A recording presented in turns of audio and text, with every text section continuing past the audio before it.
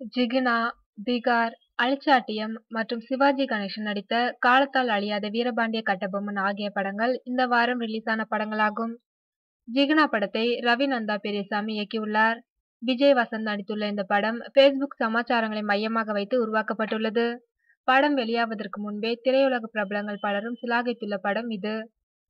பேரரசு இயக்கத்தில் நீண்ட நாட்களாக வெளிவரப்போவதாக அறிவிக்கப்பட்ட படம் திகார். இவற்றுடன் அழிச்சாட்டியம் என்ற பெயரில் யாருக்குமே தெரியாத ஒரு படமும் வெளியாகியுள்ளது.